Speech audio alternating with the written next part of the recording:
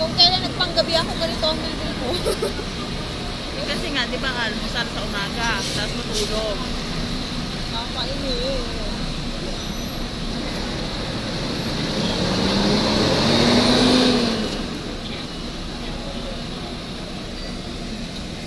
Nagkatanas na ako mag-exercise.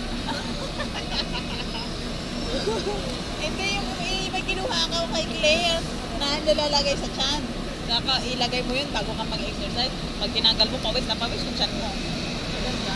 Oo. 400 isang set. Pero kung yung set saan lang kuhanin mo na 200, dalawa.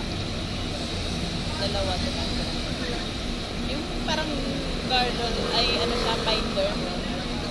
Si chan binder. 200 lang? Oo. Dalawa na yan? Pair na yan siya. Yung sa braso. Yung may nilalagay yun sila dito sa Oo. ano?